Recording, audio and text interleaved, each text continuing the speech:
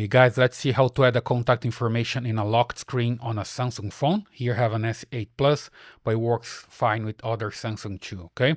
So just go to settings, and here you're gonna look for lock screen. And just right here, you have contact information, right? If you're using a different Samsung, you can just come down and look for lock screen just right here. And then the rest is the same. You just need to find the contact information. And here you can enter any text. You can put here information about somebody that you know, like a spouse or something like this. Let me just put some random number here, just an example, and somebody can call me, okay? So I have the contact information here. When I go here to the main screen and I lock my phone, you see the information shows up just right here so people can call you, okay? So I hope this helps. Please leave your comments here, subscribe to this channel, and I see you in the next video.